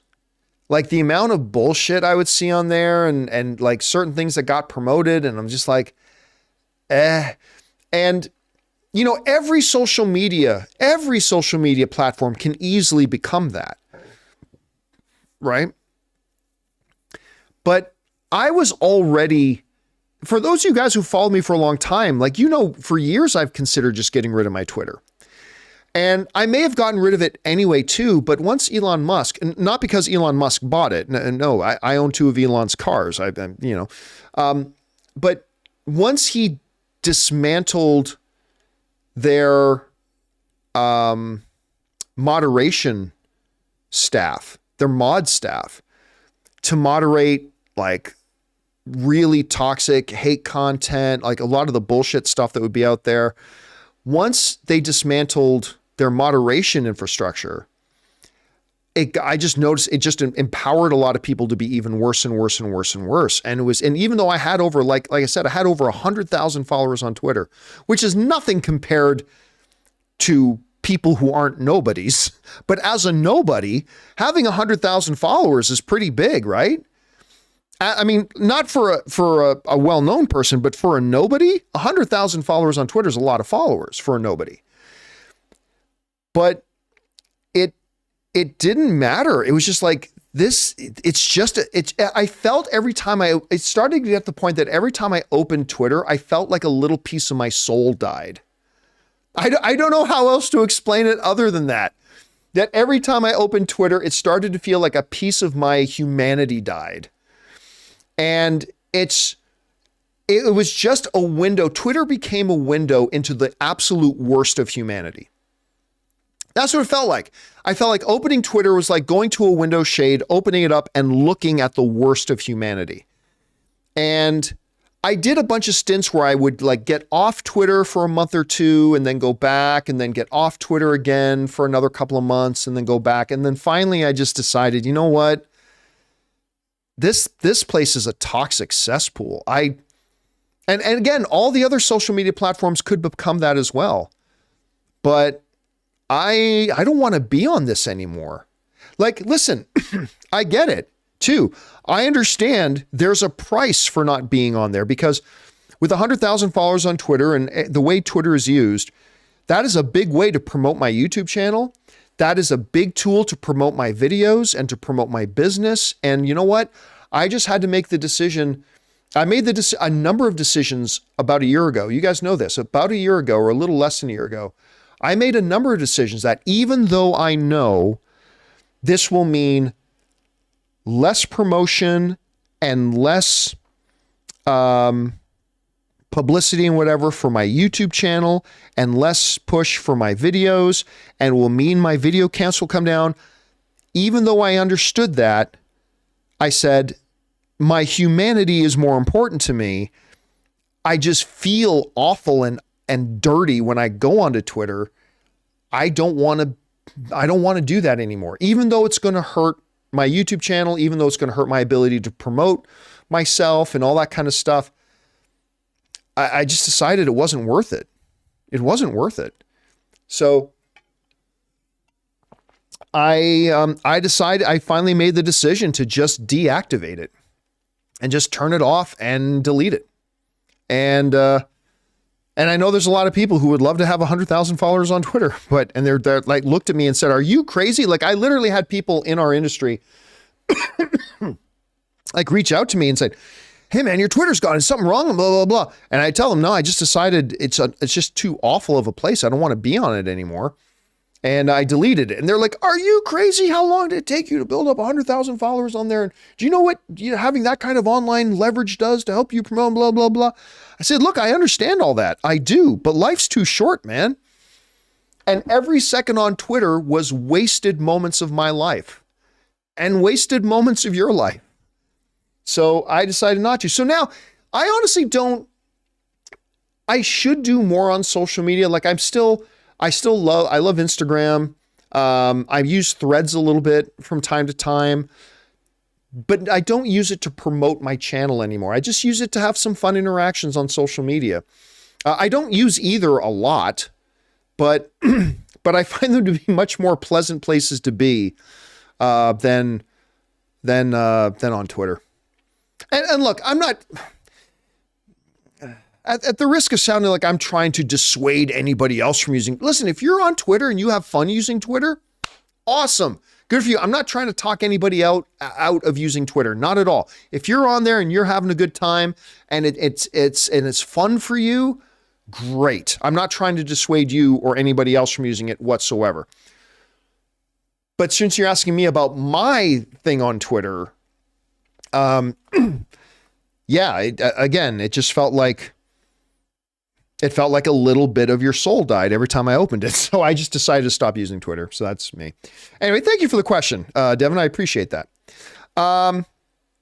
Next up, the Richard Traveling Underwater Lounge writes, "Aloha, John.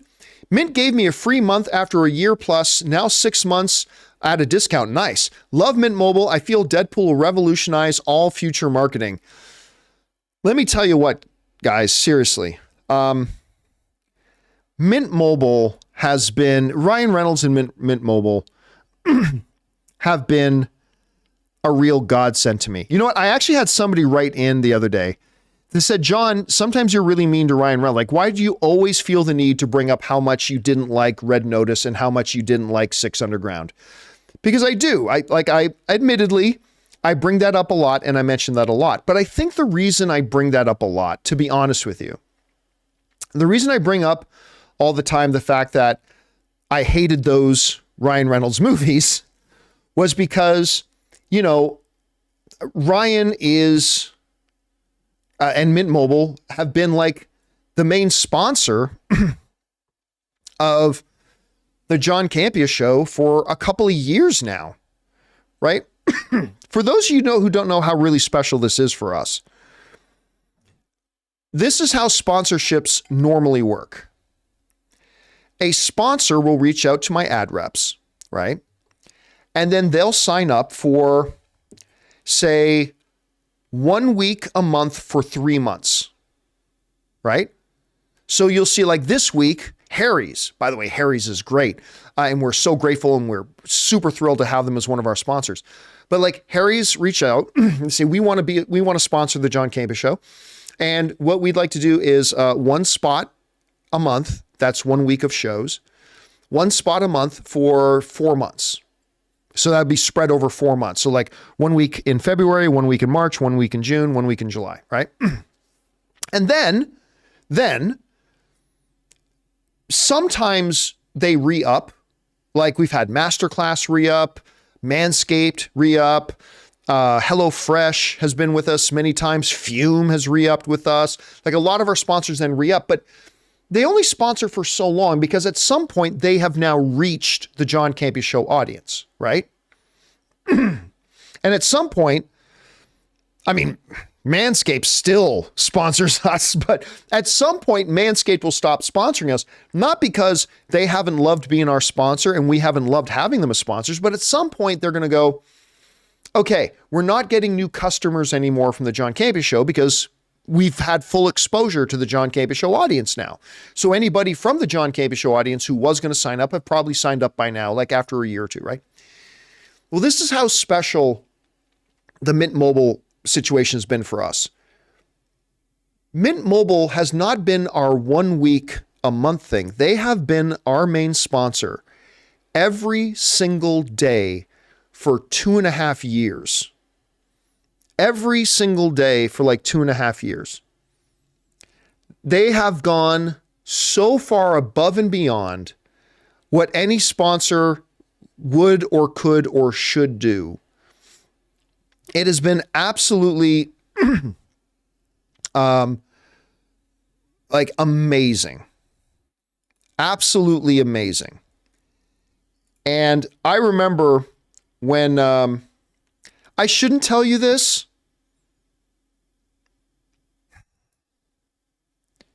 Okay, I'm going to tell you this simply because I want you to know how amazing this dude is, not because of anything else, but I just want to tell you this for how amazing this dude is. And again, I shouldn't even tell you this, but when Mint Mobile signed up for like a full year, every single day, and we have the Mint Mobile hotline and all that kind of stuff, I wrote to Ryan and I said, hey, look, I don't know, because Ryan Reynolds and I we've interacted, over email and stuff like that before.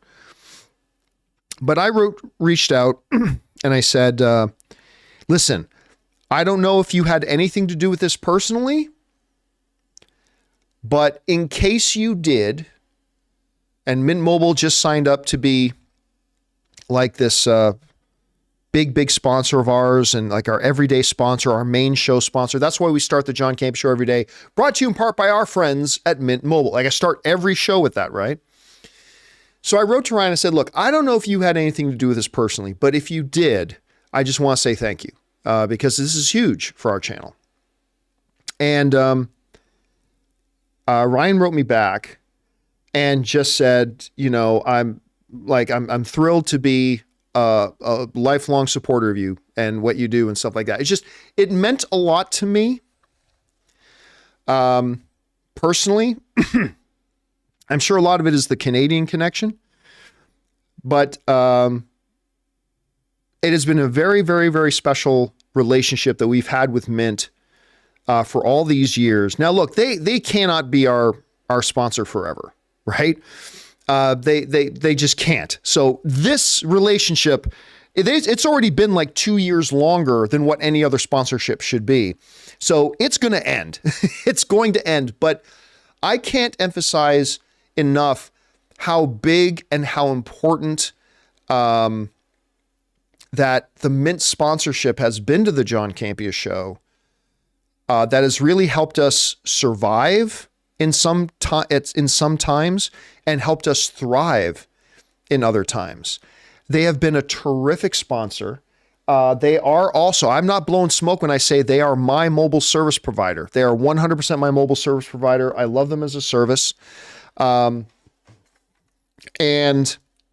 when it is time for them to end their sponsorship with us, it will have been, we have benefited so much, and you, our audience, have benefited from them a lot. But yeah, so getting back to what I was mentioning earlier, when I have some people say, John, why are you always so mean about Ryan Reynolds' like Red Notice? Why do you always feel the need to bring up how bad Red Notice and 6 Underground are? I kind of feel the need to bring that up because I feel like I need to keep a balance, because Ryan and Mint Mobile are our main sponsors, and I need to make sure to, keep them in their place a little bit. I don't want to create the impression that because they're sponsors, I'm just going to say nothing but good things about Ryan Reynolds all the time. It is still my job, even though Mint Mobile and Ryan are the main sponsors of our show. it is still my job to give my honest opinion, right? I always have to make sure I'm giving my audience my honest opinion. And I feel like, because Ryan, before they became our sponsor, you guys know this, who followed me for a long time, before Mint Mobile became our sponsor, you know, Ryan's my favorite movie star, right? He's my favorite guy in the business. A little part of that has to do that he's a good Canadian kid. But he's my favorite guy in the business. But I feel this inherent need that when I talk about something great that Ryan's doing and how much I like something Ryan's doing, I feel the need that I need to also take it down a little bit and say, remind everybody, but hey, Red Notice sucked. Because I'm sorry, but it did kind of suck. 6 Underground was terrible. Like, I feel the need that I have to keep it in check a little bit because I'm always terrified. We're very forthright, right? That we let everybody know Mint is the main sponsor of our show. Everybody, we don't hide it. It's not like Mint Mobile or Ryan Reynolds secretly sends me checks in the mail and so I can just say good things about it. Everybody knows Mint's our main sponsor. So maybe that's why sometimes I feel, and everybody knows Ryan's my favorite movie star, but maybe that's why I feel the need to sometimes keep it in check a little bit and follow it up by saying something negative. Because I don't want to create the impression that, well, Ryan's our main sponsor, so I got to say good things about anything to do with Ryan Reynolds. And maybe because of my sensitivity to that, I'm a little too mean. maybe I'm a little too mean to some of his stuff that I don't think is great. I don't know. But yeah, that's just me. But I'm super glad, Richard, that you've enjoyed Mint. And by the way, guys, my viewers of the John Campea Show, go sign up for Mint. Like, I honestly mean this. I say in the ads that I now spend less than 1/3 on my phone bill that I used to pay, and I have every bit of the great service that I used to have. You guys, go give Mint Mobile a try. I firmly believe, I won't say the word guarantee, but I firmly believe if you guys go and try Mint Mobile, you're going to love the service. You're going to love how inexpensive it is. And you're just going to love it. I think you're going to love it. I even once Mint is no longer our sponsor, they will still be my cell phone provider. So yeah, there's that. Anyway, big long story for nothing. Sorry about that, guys, for going down that rabbit hole, but I just want to share that. All right. Next up, Murray Reich writes, I had a friend who once went to see a movie at a smaller theater, but arrived late. But then he realized the showtime had been canceled by the last minute due to nobody being in the room. Is that legal? Yes, I think that is legal. Like, I think if your friend had showed up on time and was there, I think they probably would have run the show. But I think for a movie theater, if showtime comes, by the way, can I just say this? Every husband in the world can relate with what I'm about to say. Don't tell Ann. Ann knows this. There is nothing that drives me more crazy than people being late. I don't know why. I don't know why. I hate it when people are late.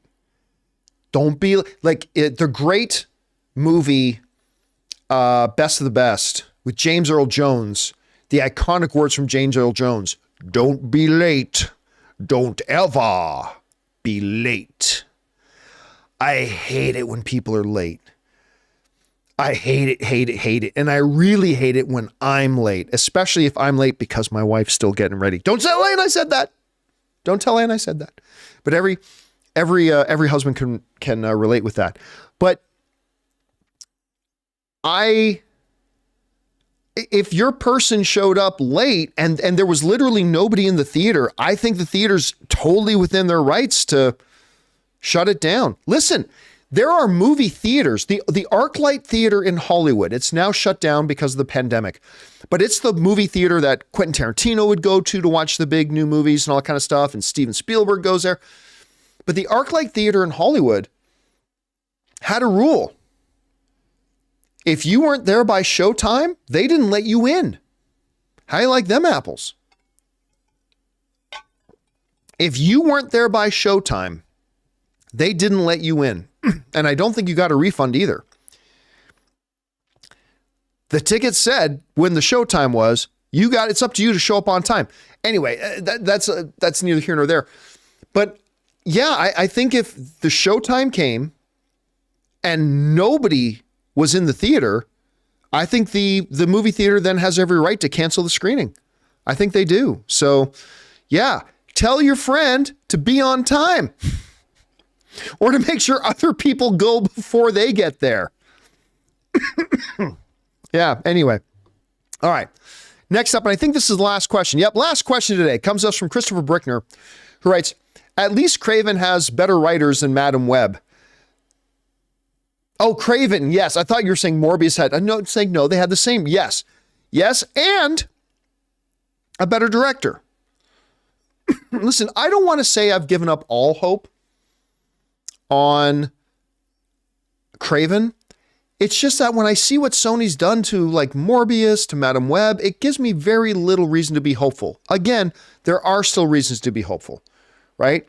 You got Kick-Ass in there.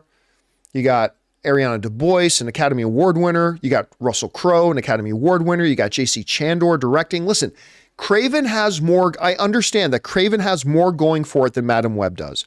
It does. Okay, no question.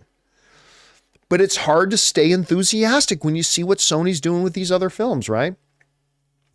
All right. You know what? I'm going to take just a couple of more minutes and go to you guys in the live chat. If you guys have a question for me, do me a favor, format it like this, put question, colon, and then, here's my question, right? Sort of thing. So you see how I just put that in the live chat. So if you got a question, do me a favor, write in all capital letters, question, colon, and then write your question. And I'll take a couple of questions here. I'm not going to get to all of them. I just got a few minutes. This is an interesting one. Josh Chambers is asking, thoughts on the 2009 horror film Orphan? I liked it. I didn't think it was great, and I kind of saw the twist coming. But didn't they do a sequel to that as well?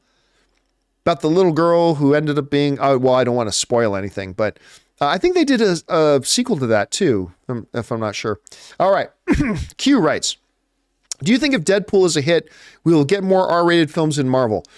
Well, listen, it's sounding like they've already changed their minds about R-rated films in Marvel, because it sounds like Kevin Feige is going to let Blade be rated R. So yeah, it sounds like they might be more open to R-rated films now. So, and listen, and if Deadpool is a $1 billion film, which I think it will be, and then yeah, I think we can probably, especially other Deadpool movies.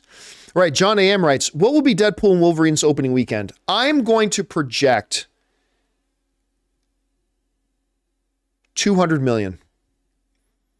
My long-range projection, and I reserve the right to change my mind because if the other trailers aren't good, maybe that'll come down. But right now, my long-range guess is 200 million. Let's see.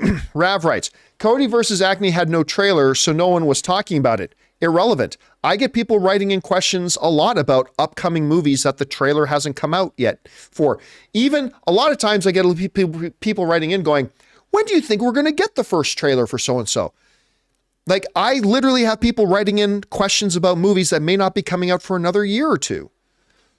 All the time, or especially once we get into the year that it's coming out and people start writing some questions about it, they'll start asking, when do you think we're going to get the first trailer and all this kind of stuff. But no, I mean, like literally from the day they announced the movie to the day they announced they were scrapping the movie, I never got one person ask me a single question about it. And I get tons of questions about tons of movies that have not put out their first trailers yet all the time. So yeah, there was that. Let's see. Hernandez is writing, did you watch the 12 Monkeys series? I did not. I love the movie. I love 12 Monkeys, the movie, but I never did get around to watching the series. I've heard it's good though. I've actually heard it's really good. Let's see. Matt Weeks writes, here's my question. What is your favorite all-time horror movie? Do any of you guys know? In the live chat, you guys know what I'm going to say? Do any of you guys know what I'm going to say about what my favorite horror movie is? That's right. Joseph M. got it. The Descent.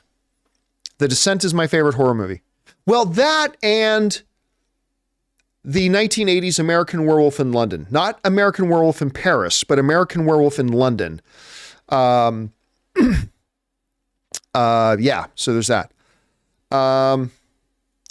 My Kid Banana writes, Jeff Snyder's sad on John Roca. Yeah, you probably mean said.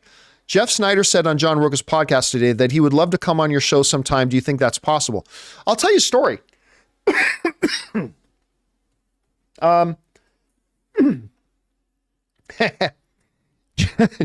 Jeff and I have a very interesting past. Jeff and I started out many years ago not being tremendously big fans of each other.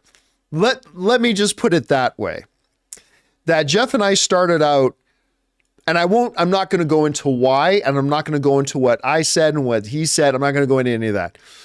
But Jeff Snyder and I started off many years ago not being very, very big fans of each other. But, you know, as a couple of years passed, we had the opportunity to cross paths and then even work adjacent to each other a little bit. And I really grew in my respect for Jeff Snyder, like a lot. I have a tremendous amount of respect for Jeff Snyder, as a matter of fact. I mean, and I disagree with Jeff on a lot of stuff, but I don't base my respect level for somebody else based on whether we agree on things or not. I think he's really good at what he does. He was a terrific movie trivia competitor as well. And he's a good Tom Brady fan. So anyway,